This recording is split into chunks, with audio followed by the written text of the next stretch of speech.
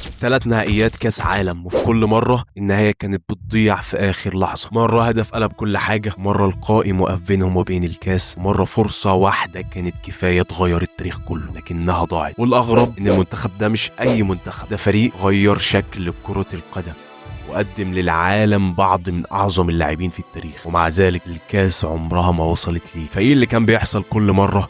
دي قصة أعظم منتخب لم يفز بكاس العالم. وهنا سألت صديقي عمر مهدي ازاي منتخب يوصل 3 نهائيات لكاس العالم ما يكسبش ولا واحد. انا هقول لك، بس هات شايك او قهوتك واشرب ميه عشان صحتك، ويلا بينا نبدا. عشان نفهم ليه هولندا هي المنتخب الاسوأ حظا، لازم الاول نعرف انها مش مجرد منتخب كويس، لا، ده منتخب غير الكرة من اساسها. في السبعينات هولندا اخترعت اسلوب اسمه التوتال فوتبول او الكرة الشاملة. الفكرة ببساطة ان كل لاعب في الفريق يقدر يلعب في اي مكان، المدافع ينفع يهاجم، المهاجم ينفع يدافع، والكل بيتحرك بذكاء وانسيابية. الاسلوب ده مش بس نجح، ده أثر في كل كورة اتلعبت بعد كده. والراجل اللي كان ورا التكتيك ده هو يوهان كرويف. لو سألت أي خبير كورة عن أعظم لاعب في التاريخ، اسم كرويف هيتذكر دايما. موهبة استثنائية، ذكاء تكتيكي مش طبيعي، وشخصية قوية جدا.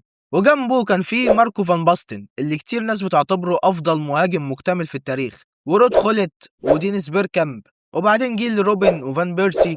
جيل ورا جيل هولندا دايما بتجيب نجوم، ورغم كل ده الكاس مش موجودة في خزينتهم. السؤال هو ليه؟ كاس العالم 1974 كان في ألمانيا الغربية. قبل البطولة أصلا محدش كان حاطط هولندا كأكبر مرشح، الناس كانت بتتكلم عن البرازيل، ألمانيا الغربية صاحبة الأرض، وإيطاليا. لكن فجأة ظهر منتخب كأنه جاي من المستقبل، منتخب بيلعب بحرية غريبة، كل اللاعبين بيتحركوا طول الوقت، المراكز بتتبدل، والضغط العالي والاستحواذ خانق اللعيبه. الناس وقتها كانت حاسه انها بتشوف كوره من المستقبل. هولندا بدات البطوله دور المجموعات الاول قدام اورجواي. وقتها اورجواي ما كانتش مجرد منتخب عادي، ده كان منتخب عنده تاريخ ضخم وكسب كاس العالم مرتين. لكن هولندا كسبت 2-0 وقدمت كره قدم خلت الناس تبدا تاخد بالها. بعد كده كسبوا بلغاريا 4-1 وتعادلوا مع السويد وتاهلوا لدور المجموعات تاني. بس يعني ايه دور المجموعات التاني؟ خليني اشرح لك. وقتها نظام كاس العالم كان مختلف تماما عن دلوقتي، يعني البطوله كانت ب 16 منتخب بس،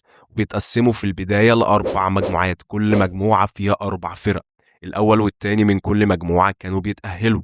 لكن بدل ما يدخلوا على دور ال 16 او ربع نهائي زي دلوقتي، كان في دور مجموعات تاني، يعني ال8 منتخبات اللي تأهلوا من ال16 بيتقسموا المجموعتين، وكل مجموعة فيها 4 فرق، كل منتخب بيلعب 3 ماتشات، وفي النهاية متصدر كل مجموعة هو اللي بيطلع مباشرة على النهائي. وده اللي خلى مجموعة هولندا التانية مرعبة جدا، لأنها كانت لازم تتصدر مجموعة بتضم الأرجنتين والبرازيل وألمانيا الشرقية عشان توصل للنهائي مباشرة. لكن هولندا حرفيا اكتسحت المجموعة، 4-0 ضد الأرجنتين، و2-0 ضد ألمانيا الشرقية، و2-0 ضد البرازيل بدون ما تستقبل هدف واحد، وبكده تصدروا المجموعة وتأهلوا مباشرة لنهائي كاس العالم. وقتها الناس ما كانتش بتسأل مين هيفوز بالكاس، الناس كانت بتسأل هولندا هتفوز كام. ووصلوا النهائي ضد ألمانيا الغربية صاحبة الأرض، والجمهور استاد كامل ضد وضغط جماهيري مرعب. ومع ذلك في الدقيقة الثانية من المباراة قبل ما أي لاعب ألماني يلمس الكورة أصلا، كرويف اخترق المنطقة وتعاطى، والحكم حسب بينالتي سددها، وسدقتين بس وهولندا متقدمة في نهائي كاس العالم. العالم كله تقريبا كان حاسس ان النهاية اتكتبت خلاص وان الفريق هيكسب الكاس اخيرا، لكن المانيا رجعت وسجلت هدف التعادل من ركلة جزاء، وقبل نهاية الشوط الاول جيرد مولر خطف الهدف الثاني، والمباراة انتهت 2-1. الفريق اللي علم العالم شكل الكرة الحديثة خسر اول نهائي ليه، ومن هنا بدأت لعنة هولندا مع كاس العالم. هولندا خسرت النهائي بس محدش خرج من البطولة وهو حاسس ان المانيا كانت الفريق الافضل،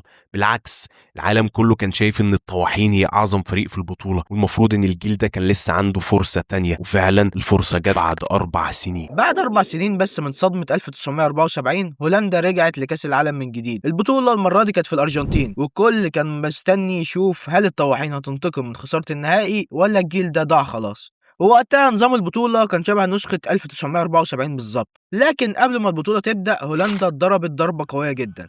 يوهان كرويف أفضل لاعب في العالم وقائد المشروع كله مش موجود. الناس وقتها افتكرت إنه اعتزل دولي عادي أو عنده خلافات، لكن الحقيقة ظهرت بعد سنين. كرويف كان اتعرض لمحاولة خطف هو وعيلته في بيته في برشلونة سنة 1977، والحادثة أثرت فيه نفسيا بشكل ضخم لدرجة إنه قرر يبعد عن كأس العالم ويقعد مع عيلته. تخيل بقى هولندا داخلة كأس العالم من غير أعظم لاعب في تاريخها، وبرغم كده الفريق فضل قوي جدا، كان لسه عندهم اسماء كبيره وخبره الجيل اللي لعب نهائي سنه 74، وبداوا البطوله بشكل هادي، تعادلوا مع بيرو وكسبوا ايران وبعدها فازوا على اسكتلندا وتاهلوا. وفي دور المجموعات الثاني وقعوا مع المانيا الغربيه حامله اللقب ومع ايطاليا والنمسا، مجموعه صعبه جدا، لكن هولندا تصدرتها، كسبوا النمسا وتعادلوا مع المانيا الغربيه وبعدها لعبوا ضد ايطاليا في ماتش حاسم على النهائي وكسبوا 2-1، وبكده هولندا وصلت كاس العالم للمره الثانيه على التوالي. لكن المشكله ان النهائي كان ضد الارجنتين صاحبه الارض، استاد كامل ضدك وضغط جماهيري مرعب واجواء مشحونه بسبب الوضع السياسي وقتها في الارجنتين. الارجنتين كانت تحت حكم عسكري بعد انقلاب حصل سنه 1976 بقياده خورخي فيديليا، والنظام العسكري كان شايف كاس العالم فرصه لتحسين صورته وصوره نظامه ويظهر قدام العالم بصوره قويه.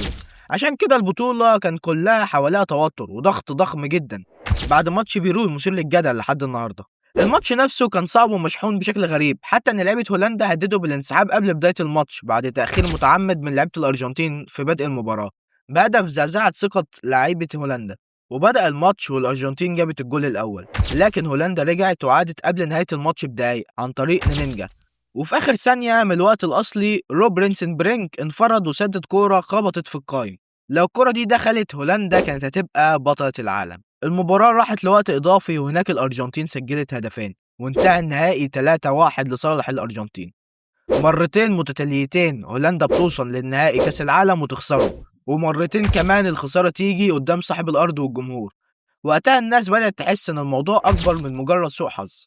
وبعد أكتر من 30 سنة على آخر نهائي هولندا رجعت لكأس العالم 2010 في جنوب أفريقيا وهي شايلة نفس السؤال القديم: هل الجيل ده أخيرا هيكسر اللعنة؟ وقتها البطولة كانت بالنظام المعروف دلوقتي، دور المجموعات وبعده أدوار إقصائية لحد النهائي. هولندا دخلت البطولة بشكل قوي جدا من البداية، في دور المجموعات كسبوا الدنمارك واليابان والكاميرون، طلعوا بالعلامة الكاملة. فريق وقتها ما كانش بيقدم نفس المتعة المجنونة بتاعت جيل السبعينات، لكنه كان عملي جدا وبيعرف يكسب، وكان عندهم جيل مرعب: ويسلي شنايدر في افضل فتره في حياته بعد موسم تاريخي مع انتر ميلان، ايرين روبن بسرعته وانطلاقاته، فان بيرسي وفان بوميل. دور 16 هولندا خرجت سلوفاكيا بسهوله، بعدها جه الاختبار الحقيقي قدام البرازيل وقتها كانت واحدة من أكبر المرشحين للبطولة، وفعلا البرازيل بدأت الماتش أقوى وسجلت بدري، لكن الطواحين رجع. شنايدر سجل هدف التعادل وبعدها سجل هدف الفوز، وهولندا قلبت المباراة 2-1 وطلعت البرازيل من البطولة. وفي نصف النهائي قابلوا الأورجواي وكسبوا 3-2، وبكده هولندا وصلت أول نهائي كاس عالم ليها من 1978. لكن المرة دي النهائي كان ضد أسبانيا، المنتخب اللي وقتها كان بيقدم واحدة من أعظم فترات السيطرة في تاريخ كرة القدم، أبطال يورو 2008 وفريق مليان أساطير زي تشافي ونيستا وتشابي ألونسو وكاسياس وغيرهم. المباراة نفسها كانت حرب أكتر منها ماتش كورة، تدخلات عنيفة وضغط عصبي وتوتر في كل لقطة، ورغم كده هولندا كانت قريبة جدا. إيرين روبين انفرد بكاسياس، والفرصة دي تحديدا كان ناس كتير لحد النهاردة بتعتبرها واحدة من أكبر الماذا لو في تاريخ كاس العالم. عملنا عنها حلقة قبل كده وممكن تقدر ترجع تشوفها، لان لو الكرة دي كانت دخلت كل تاريخ هولندا كان ممكن يتغير، لكن كاسياس صدها والمباراة فضلت 0-0 ولعبنا اشواط اضافية لحد الدقيقة 116. لكن فجأة نيستا استلم الكرة داخل المنطقة وسددها في الشباك، 1-0 لاسبانيا. الهدف قتل المباراة وقتل الحلم معاه. هولندا خسرت نهائي كاس العالم للمرة الثالثة في تاريخها، 3 أجيال مختلفة و3 نهائيات و3 نهايات مؤلمة. وساعتها ناس كتير بدأت تسأل: هل هولندا فعلا منحوسة ولا الكاس دي مكتوب إنها عمرها ما تروح للطواحين؟ الغريب ان وجع هولندا مش بس في النهائيات اللي خسرتها، الوجع الحقيقه اوقات كان في الطريق نفسه. بعد جيل السبعينات الطواحين فضلت تطلع مواهب بشكل مستمر، كل كام سنه يظهر جيل يخليك تقول اكيد المره دي هيكسبوها. في اواخر الثمانينات ظهر جيل فان باستن، خولت وريكارد، جيل مرعب قدر يحقق يورو 1988، البطوله الدوليه الوحيده في تاريخ هولندا لحد النهارده. وقتها ناس كتير افتكرت ان كاس العالم بقت مساله وقت، لكن حتى الاجيال دي كانت بتقع قبل النهايه بخطوه. في 1994 هولندا خرجت من البرازيل في ربع النهائي بعد ماتش مجنون انتهى 3-2، وبعدها ب4 سنين جت واحده من اكتر النسخ اللي الناس كتير كانت مقتنعه ان هولندا تقدر تكسبها، كاس عالم 98 في فرنسا. وقتها البطوله كانت لاول مره ب 32 منتخب، وهولندا كان عندها جيل ذهبي جديد: بيركام، كلويفرت، سيدورف وادجار ديفيد. وصل النص النهائي بعد مشوار قوي جدا، وهناك قابلوا البرازيل. المباراه خلصت 1-1 وراحت لضربات الترجيح، وهنا الحلم وقف من جديد، والحارس البرازيلي تافاريل صد ضربتين ترجيح، وهولندا خرجت قبل النهائي بخطوه واحده. وبعدها بسنين نفس السيناريو تقريبا اتكرر في 2014. هولندا رجعت بجيل روبن وفان بيرسي وشنايدر وقدمت واحدة من أقوى بطولاتها في العصر الحديث. اكتسحوا أسبانيا 5-1 بطلة كأس العالم اللي فات، وكسبوا كوستاريكا بالبنالتيات، ووصلوا نص النهائي ضد الأرجنتين. 120 دقيقة كاملة انتهوا بالتعادل السلبي، ومرة تانية ركلات الترجيح، ومرة تانية هولندا بتخسر. يعني لو بصيت على تاريخهم هتلاقي منتخب خسر 3 نهائيات كأس العالم وخرج مرتين من نص نهائي بالضربات الترجيح. 5 مرات كاملة هولندا كانت على بعد خطوة أو خطوتين من إنها تبقى بطلة العالم.